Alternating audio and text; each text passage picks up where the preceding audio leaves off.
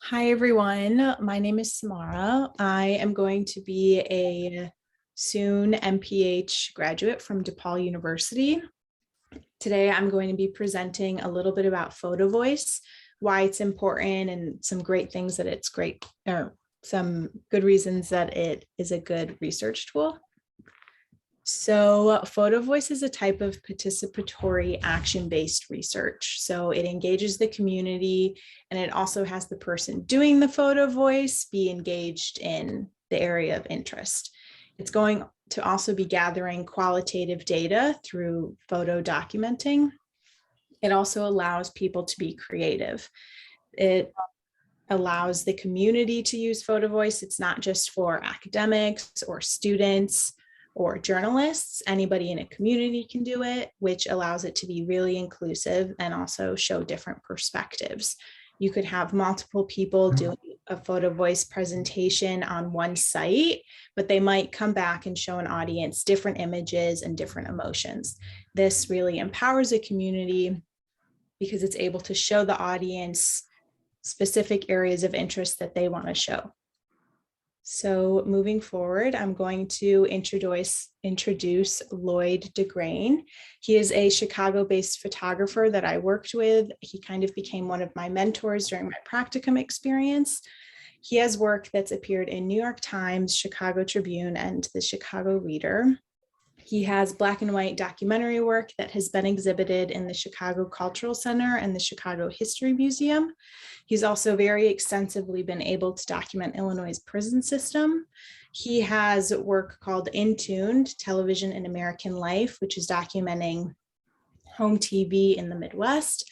And he's also very extensively documented the opioid epidemic in Chicago and is an environmental advocate.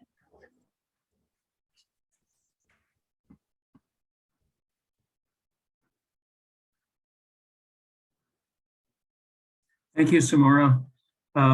First thing I want to do is issue a disclaimer. The picture that you see on the screen is not me. But I wanted to start out by introducing one of the subjects that is very close to me and something I've worked on for many years, and that is the Great Lakes.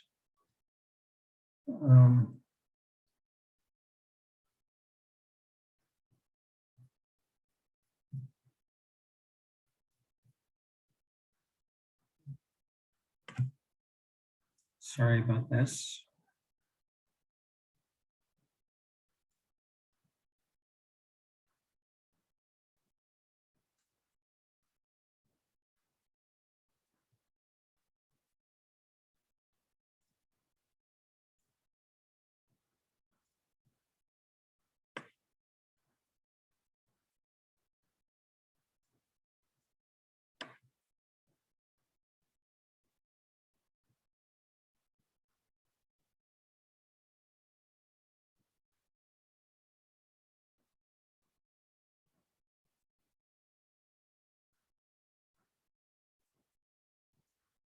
Okay, the Great Lakes are home to 7 states in the United States and province Ontario in Canada. They contain 20% of the world's fresh water. The only state, the only Great Lake that is entirely within the United States is Lake Michigan. You're looking at a slide now of Lake Superior. We share this with the Great Lakes are shared with Canada. Just have to think of the word homes to remember the 5 Great Lakes. That's Huron, Ontario, Michigan, Erie, and Superior. This is the northern part of Michigan, and that's Sunset on Lake Huron. And what I wanted to just get across here was that if you're going to do PowerPoint or some other presentation, you should shoot pretty much in a landscape format or horizontal orientation. If you don't, your images will end up looking a bit like this. This is vertical, and you lose a lot of information. And also you're working with blank imagery on both sides of the screen. So twist your camera, get used to working in horizontal orientation, which is like this. The Great Lakes provide recreation for many people. This is Michigan, and then here's a picture of Chicago beachgoers playing volleyball. They also provide fishing for many people. You could enjoy some of the beauty of the Great Lakes by the flowers and other plants that are growing around the shorelines of Lake Michigan. You could also document, or I have documented conditions in winter, in summer, and then again during the polar vortex in Chicago when temperature got down below 15 degrees Fahrenheit. Millions of people are dependent on the Great Lakes for fresh water and drinking water. This is Lake Superior coming right out of the lake and using a filter. This is Chicago coming out of the water coming out of one of the public water fountains. And this is somebody, there's children drinking in a public school. Besides drinking water, people use water to water their lawns. They use it for commercial purposes. River trap. This is the Chicago River, which runs opposite and does not flow into Lake Michigan. It was an incredible engineering feat that changed the course of the Chicago River. However, when the river overflows into flooding stages, it backs up. This was several years ago when the river was flooded. Wastewater was discharged backwards into Lake Michigan. So that's sewage water that was untreated. It happens very rarely, but it does happen. The other thing that we're concerned about on the Great Lakes are invasive species. So far, this species, the Asian carp, has been held at bay and is in the Illinois River, but every year it seems to be getting closer. We have been invaded so far by zebra and quagga mussels that came in from the Caspian Sea, but with Russian trawlers who dumped ballast water into the Great Lakes instead of the ocean when they were exchanging it. So now we have millions, maybe billions of these small mussels. There are crumbling communities around the Great Lakes too, old industrial cities that are now pretty much in disrepair. This is Gary, Indiana. Unfortunately, crime has risen spectacularly, and so has environmental conditions in that city. It's caused all kinds of hardships for the people living there. This is going back up north again. This is the Upper Peninsula. And there are environmental conditions there also. Just about anywhere around the Great Lakes, you'll find things that aren't quite right. This is an old paper mill plant in Muskegon, Michigan. Who, when I took this photograph and several others, they were in a state of knocking the plant down. I came back 3 years later, and it remained exactly like this. They had run out of money, even though they were trying to push the city as part of the Pure Michigan campaign. But Michigan has its great places, and it also has places that are suffering from neglect. Leaving Michigan and going back into Indiana, along one of the most polluted areas in Northwest Indiana, not too far from Chicago. That's the Grand Calumet Industrial Canal. For decades, the sediment that has gone into this canal now lies along the bottom of that water basin, and it's unchecked industrial waste. It's been noted this particular branch of water flows into Lake Michigan, and at the point where it reaches Lake Michigan, it is an area of concern, very critical, and has to be dealt with by the federal government.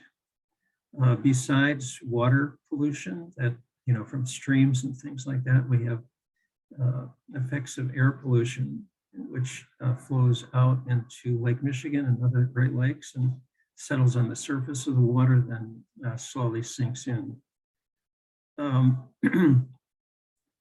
Several years ago, the British Petroleum in East Chicago, Indiana, added a coker. That's this giant facility which processes tar sands from Canada. One of the byproducts of this, the byproducts are jet fuel, regular fuel, but it also produces something called pet coke. And pet coke is like a very fine grain coke, and it is a waste product, but it had to be stored somewhere. So the BP refinery started shipping pet coke into the east side of Chicago, kind of a neglected area, home to like used and broken down factories. So they began storing it along the river's edge. However, when the pet coke dried up, it started flying around with the wind, got into the water system. People were complaining because it was getting into their homes. There were public health issues, respiratory public health issues. But again, it really contaminated the shoreline of the Calumet River, which that river does flow into Lake Michigan. I worked with Vice, which is a kind of like a hardcore journalism station, and we started documenting the conditions along the river that were a lot of this stuff was flowing out into Lake Michigan. People weren't too happy, but BP was making a lot of money. But the people, in terms of the community that was affected by this, starting to get angry. They held community meetings, several, invited the media, and I documented a lot of this. They kind of like, it came onto television, it hit several news sources, and in turn, the US Senator Dick Durbin came out and took a long look at what was going on in this community and put some money into it and stopped the rail cars from dumping pet coke into that community. Probably a good slogan for that to take heed of is this. And this is pretty much what people were talking about in that particular area of the Great Lakes. Going north to Wisconsin, there are dairy farms very close to the Lake Michigan. Around Green Bay, there's the bay itself. Dairy farms are something that a lot of people don't think about as far as the effects of the Great Lakes. But streams and rivers that lead into the Great Lakes are affected by it because of the amount of fertilizer that is used. to keep grasses growing and cows fed. But several people that own dairy farms in that area, like this man, Dan Brick,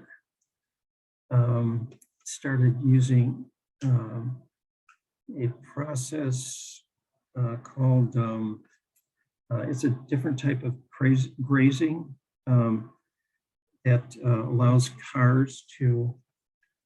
cows, excuse me. It's called rotational grazing, and cows move from one field to another, and and they just kind of rope off a quadrant, and then when the cows shift around, they allow the vegetation that they're eating to grow rather than using massive doses of fertilizer to feed one field. But unfortunately, Dan was one of the few farmers that reduced the fertilizer. Many of the farmers continued using fertilizer, and some of it washed off into streams and eventually into the Fox River just outside of Green Bay. You can see the coloration of the river after much of the dirt and fertilizers washed into it after a rainstorm. And what happened in the Green Bay area was that all of this fertilizer fed the plant life, the algal plant life, and it just zoomed into life and started reproducing so rapidly that this is what happened to the water in Lake Michigan around Green Bay. It's not safe to drink or to go in swimming. It also contaminates people that are using the lake in that area as far as motors and boats and things like that. I moved around the Great Lakes, and this is an area that affects Lake Erie. This is the Maumee River, which begins in Fort Wayne, Indiana, and runs through farm fields of Indiana and Ohio. It ends near Toledo, Ohio, on the shoreline of Lake Erie. This is some of the Indiana farmland that it goes through. This is the Maumee River right next to farm fields. And again, the farmers here were using a lot of fertilizer. You could see feed corn growing for the production of meat. When there was a heavy duty rain, some of that field and the fertilizer in it would run off into drain pipes, into small streams. And this is not algae, but duckweed, which was fed by that fertilizer. But all of these streams are running into the Maumee River, filled with fertilizer, some now with duckweed. So it's not only fields like this, but runoffs from small towns, and these areas too had lawns fed by fertilizer. So by the time that the Maumee started getting wider and more rapid, it was filled with fertilizer all headed down to Lake Erie. Here's some of the warning signs about sewerage in one of the smaller cities. There's also, and as I said, the river seems to get greener the closer you get to Lake Erie, because now fertilizer is backed up pretty much into that river. There's some of the warning signs for as we get even closer to Toledo, which is near the mouth of the Maumee River, Lake Erie. So everybody was warned that this has happened in the past and is going to continue in the future. This is the area, this is the water area near where the Maumee River meets Lake Erie. At this time, the water system in Toledo, Ohio was shut down for 3 days, and people had to bring water in from the Detroit area for the residents of Toledo because of blue-green algae. I set up kind of just a clear picture of, and then filled it with the water from that area and photographed it. This is kind of a close-up. So I'm going from the wider shots and then getting as close as I can so that you can see what's going on here. Another technique of Photovoice. There are public meetings held to discuss what people should do. This is at the University of Toledo. Came to, again, asking the federal government and state government for help and helping the farmers, helping to stop the fertilizer. This is somebody from the Alliance for the Great Lakes. Just commenting on that particular bottle of sample of algae. There are stewards, volunteers from one of the clients I work with, the Alliance for the Great Lakes, that come out and clean beaches, get samples of what they find on those beaches, and then take those results, get them to the authorities. But unlike the stewards, there are a lot of people that leave garbage and other things on the beaches. Aside from the people that leave items on beaches, garbage and things like that, there are other things that get dumped into the water. And unfortunately, plastics are one of them.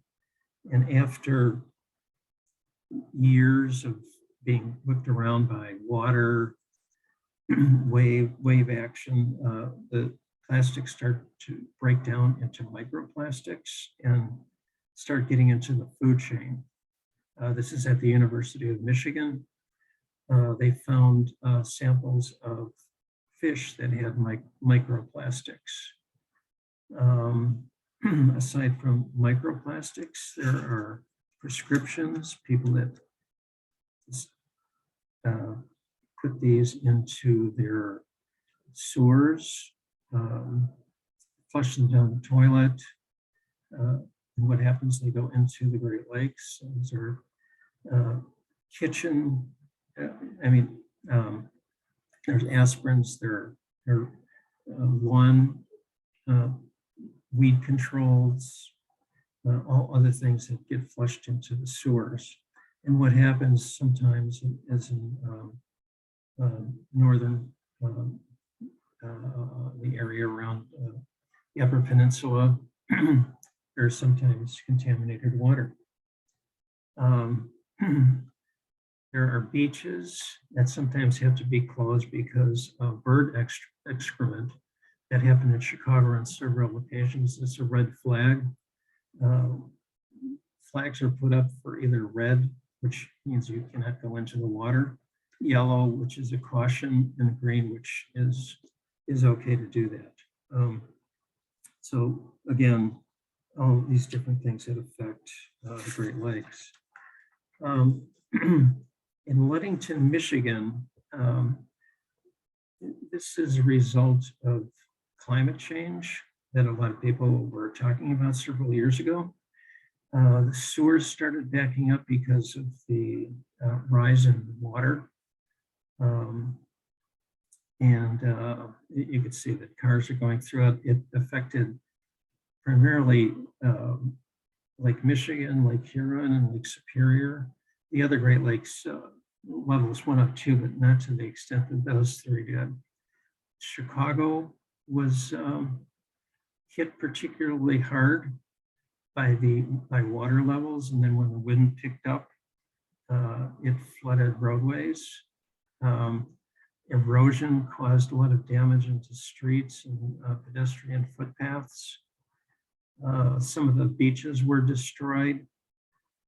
And in the Upper Peninsula, along the shoreline, there were lots of damage done, not only to recreational areas, but to man-made walkways and to roads that ran right along the shoreline of Lake Superior. In southwestern Michigan, which sits directly across from Chicago, we have mostly westerly winds, and with the lake level at that high of a level, the wind effect started eating the shoreline away. And some of the homes that were built right on the shoreline started losing their footing. It caused several homes to collapse into Lake Michigan. This home was just about ready to go, but this man in Stevensville, Michigan, that's in the southwest portion of the state of Michigan, decided to destroy his home before it collapsed into Lake Michigan. Close to $1 million home that had to be destroyed. Aside from that, I also traveled around to the western parts of the United States. Brownfields are a big concern there. This is the Painted Desert in which is right part of Navajo Nation. This is one of the Navajo students that actually stayed with us for a couple of weeks and found out about conditions in the Chicago area, but we visited them, and they pointed out several areas to us that were industrial sites that where the industry had left years before, but left behind the remnants of something that they didn't want to deal with, but the Navajos had to.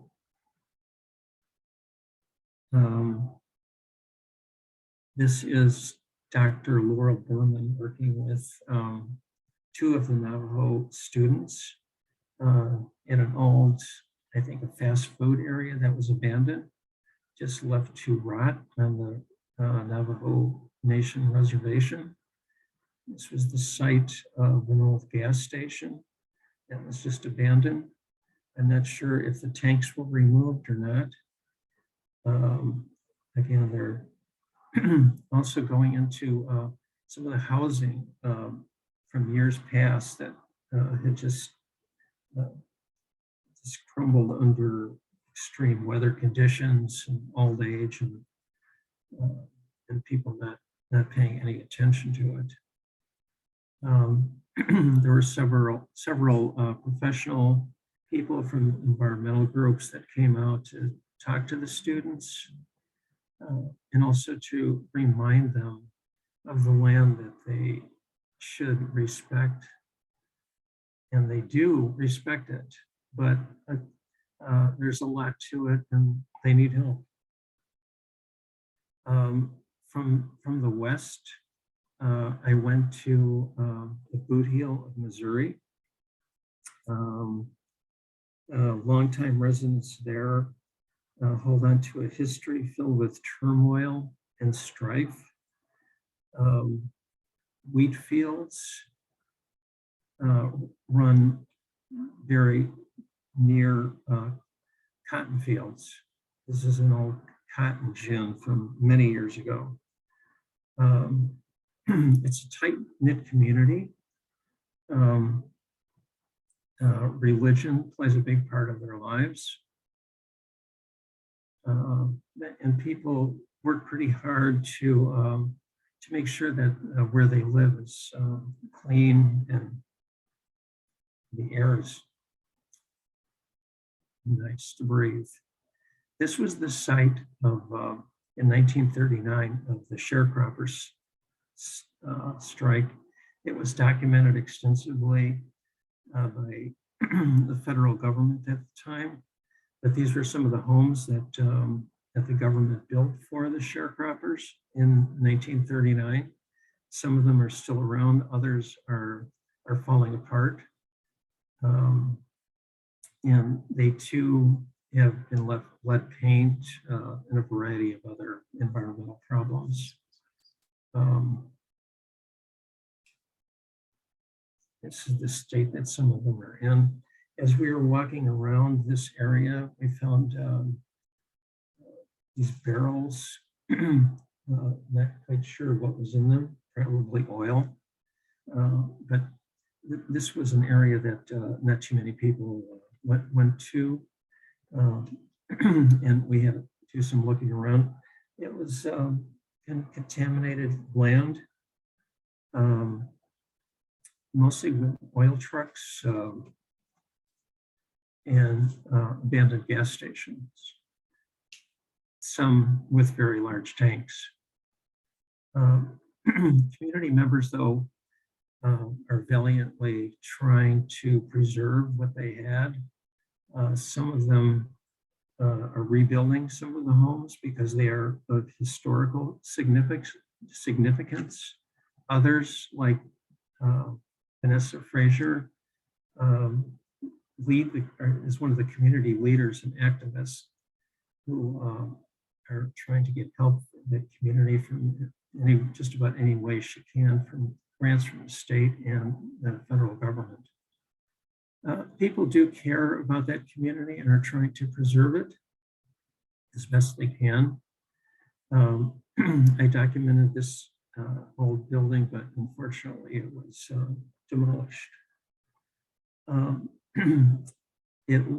What the people there want to do is leave some historical record for the next generation, which this girl is part of. And if they're successful, she'll see what her past was like. And kind of segueing to what Somara will be talking about, I just want to talk a little bit about what I've been documenting in the underworld of Chicago. This is the actual underworld streets in downtown area of the city. People live there amidst pollution from cars, from diesel trucks, exhaust from hotels, a very dirty, dusty area to survive in. But it's home to a very ever-changing group of people as far as numbers. Anywhere from 20 to 100 people live there at a time. Everybody complains about breathing, about excrement, that there are no public toilets. The city during COVID, though, decided to at least acknowledge that problem and started putting in washing stations and a few public toilets. People do have respiratory problems. Many people are addicted and they do smoke. That's part of the addiction.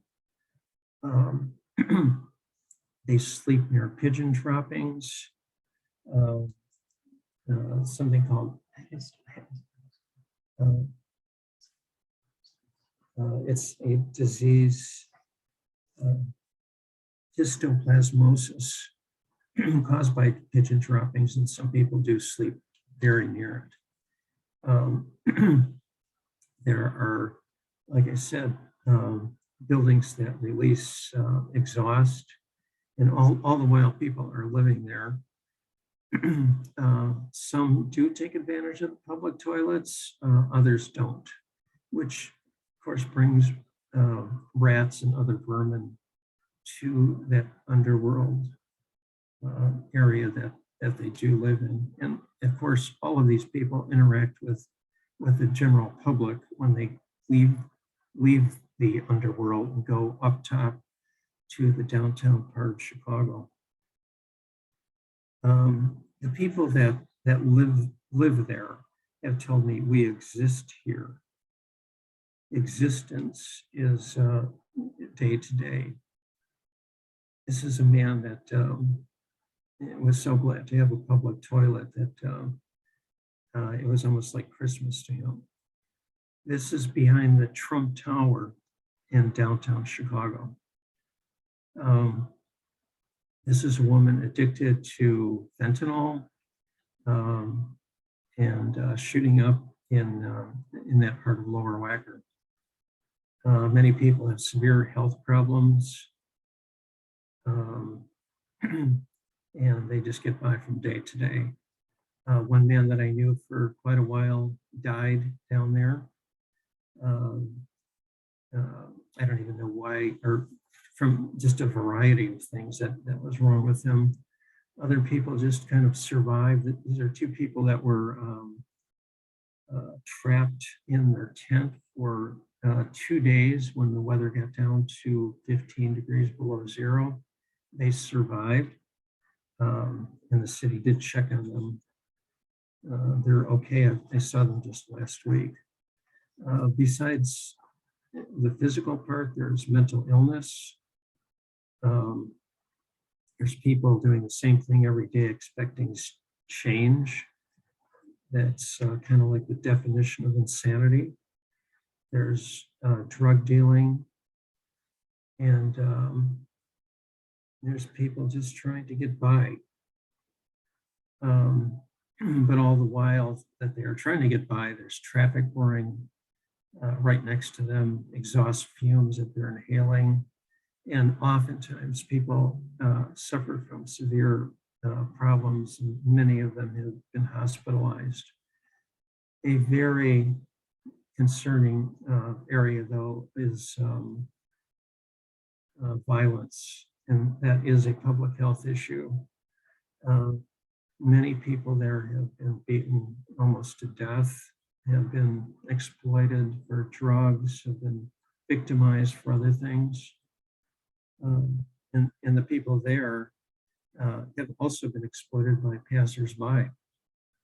I mean, there is hope, and it's expressed by some people, not all, but there is hope, and I have found that some people do survive these conditions and are able to climb out and come back.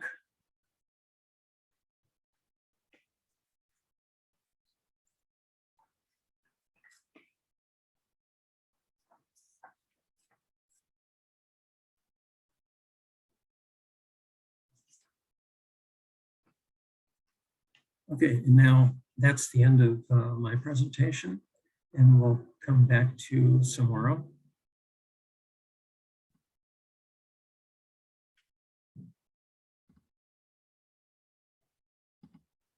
Okay, hello, I'm going to share my screen. Go, okay, so, oops. So I completed my practicum this past year at DePaul.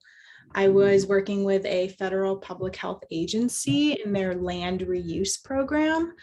My capstone focused on air quality and the health impacts of air quality, and then also health messaging, but I was also able to incorporate parts of Photovoice. So during some field visits that we were able to do for air monitoring practices, we were able to go to Berrien County, which is located in Southwest Michigan, and also Lower Wacker Drive. Berrien County and at-risk communities were my main areas of focus. So on this slide, these are some pictures of our first trip at Berrien County. We put purple air monitors at a university that we're partnered with. The bottom image is a picture of the campus. It's the roof of one of the athletic buildings where we had put one of the air monitors. And the top two pictures are just my professor kind of explaining what we were going to be doing with the air monitors, what they were going to be monitoring. And this was the view. We had to take a lot of things into account when we were trying to find a good location for the air monitor, because it needed to be in an area that was high enough where it would still collect data from particulate matter, but also wouldn't be by other tall buildings or large areas of trees, because then that would shield some of the data that we would collect. We also placed an air monitor later that day at the Department of Environmental Air Quality site. We found that it was kind of vital to place air monitors in two different spots, because then we were able to compare data from two different locations, kind of see how things trended, where things trended. Another area, this kind of focused more closely to my effects of air pollution on people and on communities.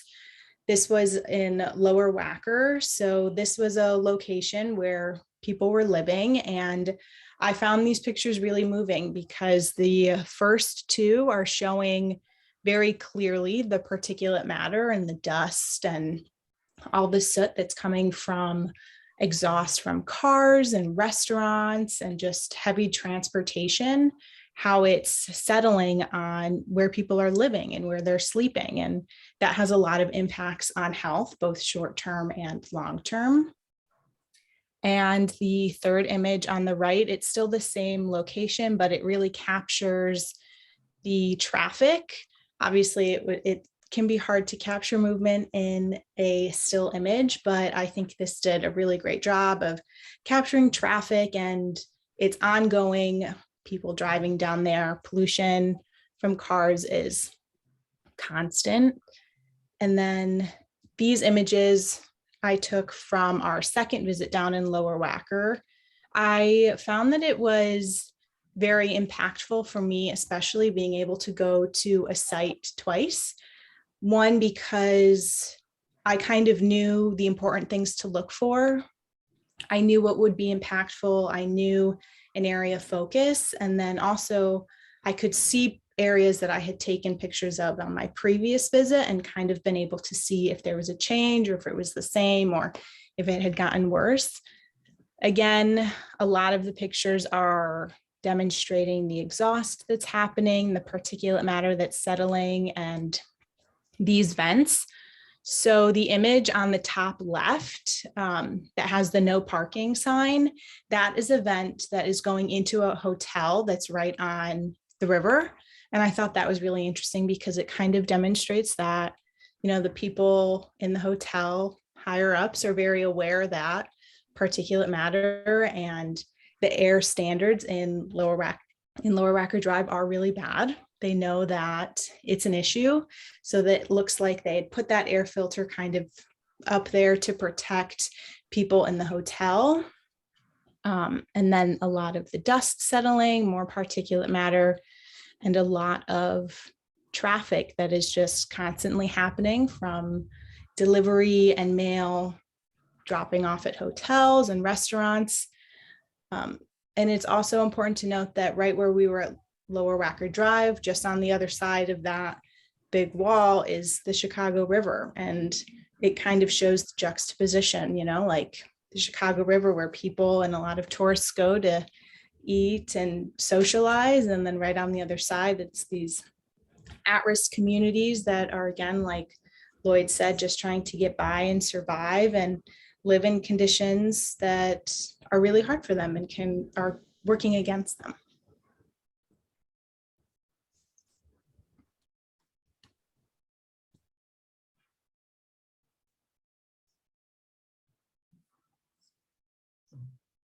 That's very good, Somara. Okay, I remember it well. Thank you. Especially the second time. Yeah, I did too. And you're right. I think if you go back a couple of times, you do really kind of like are able to fill in a lot of the things that you missed. Yeah. And also just think about it too, you know? Yeah, it was nice going back twice. I didn't have any experience with Photovoice before I had gone. and before I met you and the practicum. So I was a little bit intimidated, working with a photographer who's very established and uses Photovoice as it's his job. Coming and not knowing about it, it was nice going back twice to see how my perspective might have changed and how I was looking at things differently, rather than from, oh, I'm just going to take a picture, versus, oh, I'm going to take a picture and this is what it's going to show. Right. One of the things too is I didn't mention is we're talking about Photovoice, and what I do also is carry a small voice recorder with me. And I just wanted to read just a quick comment that one of the people that actually live there told me. And her name is Stacy McKnight. She's lived under Lower Wacker for almost 10 years. And we were talking about the dirt and dust and things like that, and what she says about it, she said, I didn't fall asleep last night, so I got a late start today due to finally falling asleep all morning. Sleeping along Lower Wacker Drive underground in downtown Chicago is getting dirtier and dirtier. When I woke up today and blew my nose, it looked like mud, as did the mucus in my eyes. Even the wax in my ears had dirt mixed into it. So, we were talking about the dirt, and this is really one of the effects that happen to one of the people that have to live down there, exist down there. There was one of her husband also commented a little bit about the dust, and his name is Greg Smith, and he said, yeah, Lower Wacker, where I live, is loud, lots of traffic going by all day. It's an underground street. It's dirty and dusty. You can tell how dirty it is because at the start of coronavirus, the city brought down a washing station and a porta potty for us to use. They were brand new and clean. Now there's at least a quarter inch of dust and dirt on top of them. That's the stuff we breathe in every day. So that's an eyewitness testimony to what you observed. Yeah. So, and I just want to say that in Photovoice, it's important not only with the visuals, but if you have a small voice recorder too, if you could record some of the things that people are talking about, is just adds to the documentation.